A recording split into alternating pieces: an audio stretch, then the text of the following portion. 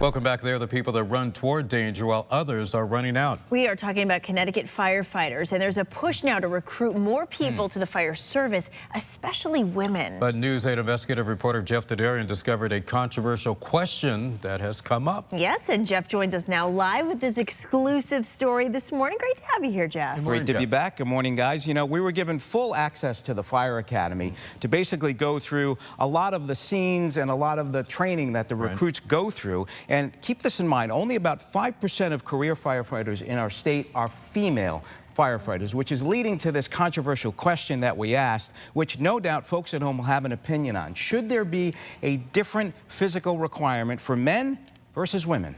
Take a look. On paper, in a manual, this is just training.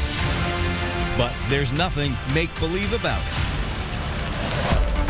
At the Connecticut Fire Academy, part of the Department of Emergency Services and Public Protection, ferocious flames, blinding smoke. Our camera giving you a first-hand, up-close look. Behind the face gear, fearless fire cadets, everyone's the same. Well, almost everyone. 27-year-old Shelby Mitchell is in the mix here. There are 52 recruits in the entire academy class with just one female. And that's where Shelby comes into our story. Why do you think there aren't more women in the fire service? I think there's just a lot of hurdles for women going into male-dominated professions like fire, police, military. You know, they're scared. They don't know a lot of women who are there. Once wanting to be a doctor, Shelby says saving lives this way is her way of giving back. She's all for giving women more opportunity, but there's a question that has been considered before in Connecticut. Should there be a different physical test for women compared to men? I don't believe so. This is a very dangerous job, and at the end of the day, no matter who you are or how big or small or male or female, when you show up to somebody's worst day, you're expected to do the same job. Spend time around a firehouse and the word CPAT comes up. It stands for Candidate Physical Ability Test. Like Shelby, Stephanie Barry, who's now on the job in Bristol, says CPAT, the physical requirement, should not change for women. We have to carry the same tools. We do the same jobs, and it doesn't matter if you're male or female, and we have to wear the same gear. Carrying a 165-pound dummy out of a building in training takes more than smarts. You need strength, technique, say firefighter trainers. Carrying someone to safety has no wiggle room. Here at the training facility, this is as real as it gets. Keep in mind, each of the firefighters has about 50 pounds of gear on. Depending on the tools that they're carrying, it can be an extra 75 to 100 pounds. Is there anything that's... Brian Hurst, a career firefighter, now teaches young recruits. And he has seen plenty of men, you know the type, right out of a muscle magazine, fail that CPAT test. He says there's always room for women with the right attitude who want to learn and who are motivated. It is a physically demanding job, and I think some women think that it's too physically demanding for them, or they think that they can't perform at the task level that we're expecting. I tend to disagree. Those who fight fires say this has been a male-dominated profession, no question. But they quickly add it doesn't have to be.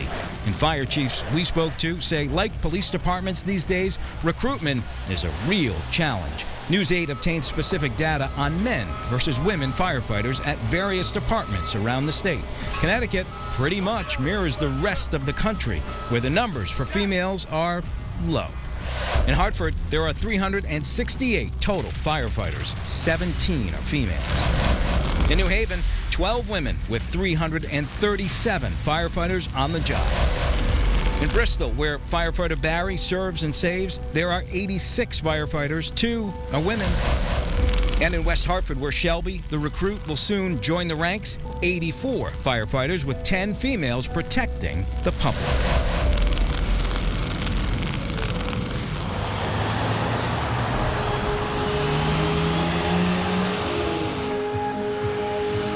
Shelley Carter certainly wants more women in fire service. As New England's first black female chief, she says the barriers to entry are real because the job is tough. But she says she's proof hard work has no gender. And she adds compromising standards to up the numbers would put the public and all firefighters in harm's way.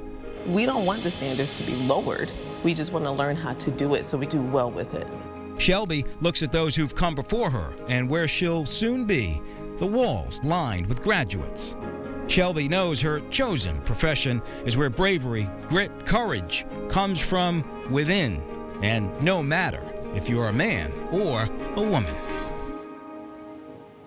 Now, keep in mind, here in Connecticut, we are told in the last 5 years or so, about 30% of all male recruits, fail that physical part of the academy. Shelby, the recruit from our story, she made it. She passed everything. In just a few hours from right now, today, she graduates and becomes a full-time firefighter, guys. Wow, Good for her. Yeah, it's great for her. Great story. So what should a woman do, or anyone who wants to join the fire ranks? Where do you begin? Good question. Couple of things. First, go to your local fire department. Start there. Start the application process there. And then also, if you're a woman and you want to speak to someone, ask if there's a female in the ranks that you can speak to. I'm sure they'd be glad to come out and talk with you. But it is a tough job, both physically and mentally. The training academy is 14 weeks long. You stay there during the week. You don't go home. You only go home on the weekends. It's a big commitment, but these people are very courageous and fearless for sure. And so vital to our society. Absolutely. Jeff, always great to have you here. Good morning, Connecticut. Great. Thanks. And I think I'm going to challenge Gil Yeah.